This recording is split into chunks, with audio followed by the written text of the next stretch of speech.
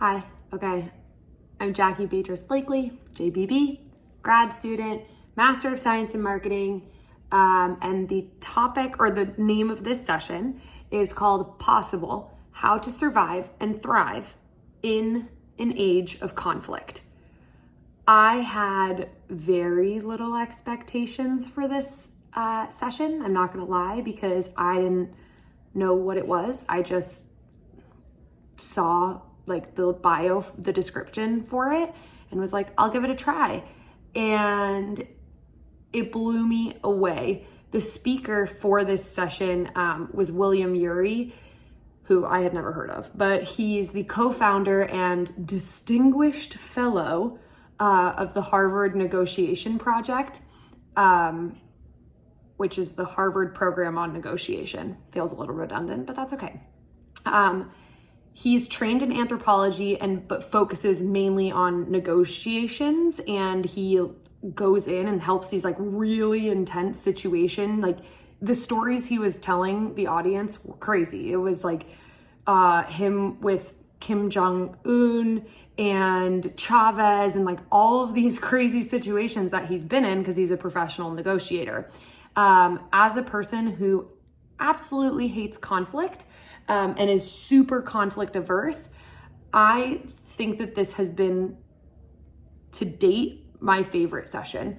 It's only day 2, I know that. But he focused on, so he has a book that he just released. It's called Possible, which I guess you should read. Apparently Biden just read it. I don't know, whatever. It's great. But he goes into the 3 typical tracks of how we tend to approach conflict, which is the 3 A's: attack, avoid, accommodate. I am definitely an avoid or accommodate. He also was very like hands-on with the audience, having people shout out answers, making us do little exercises throughout the presentation. I had to arm wrestle a man at the end of the presentation. So it was seriously a great way to start the day. After he talked about how people typically, deal with negotiations and conflict, he kind of made us all realize that at any point in the day we're negotiating. We might not frame it that way in our minds, but whether it's internally or with our spouse or with our siblings or with our community, any decision we make goes through a negotiation process in our head, and we're actually a lot more familiar with that process than we would probably ever think we were. And then he really went into he's called them like the 3 human superpowers. One is and he put it on like in a circle, right? And it was like a third of the pie chart or whatever. The first was the balcony. And this is what he was saying. This is how you should actually approach negotiations and conflict. And the balcony is a place you should go to right at the beginning of a conflict. And it's this idea of taking a pause, zooming out, like really looking at the situation and the people involved, and then zooming in and looking at where each individual is coming from an emotional state and from like a deep desire state, because that actually ends up helping so much more when trying to work through the conflict. So then, like I wrote this out, to influence the other, we must first influence ourselves. Transformation begins from the inside out, which I thought was like, wow, if that doesn't just shake you to the core, I don't know what does. So that was really great. And then in the interest of time, I will keep going, because genuinely, I think I'm going to read the book, because there's so much in here that I think everybody needs to know. And like I said, his stories are just wild. The second slice of the pie is the bridge, which he summed up in 3 words: listening, creating, and attracting. And the way he framed it is really that we approach conflict as either or when it should be both and. Like, it doesn't need to be black and white. We need to be able to put ourselves in the shoes of others and find something that, like, find a solution that ends up being a success for both parties.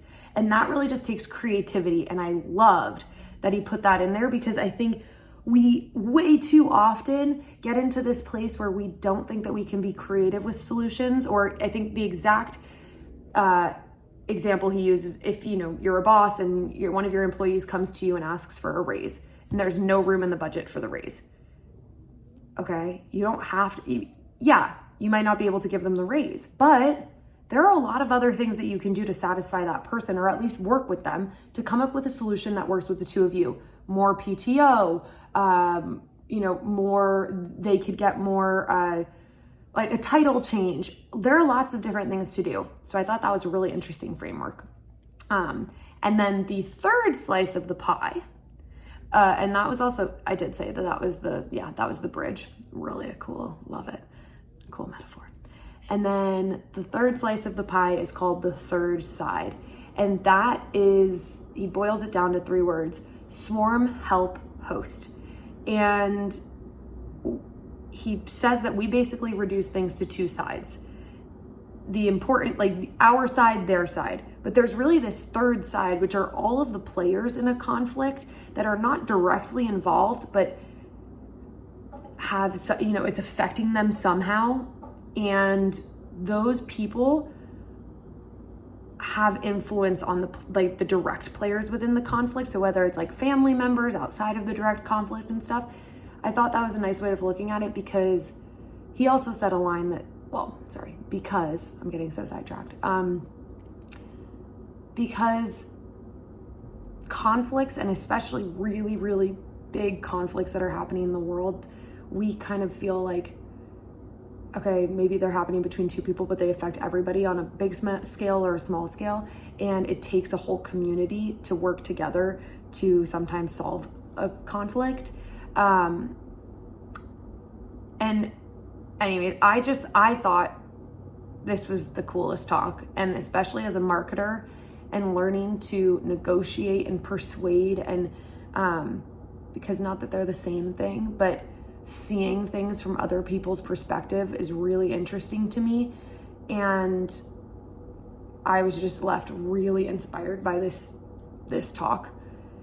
And I think that everybody, marketers, politicians, obviously, I mean, that's what he was talking about, but need to read this book, need to understand how to move forward while creating success for all parties and not just one.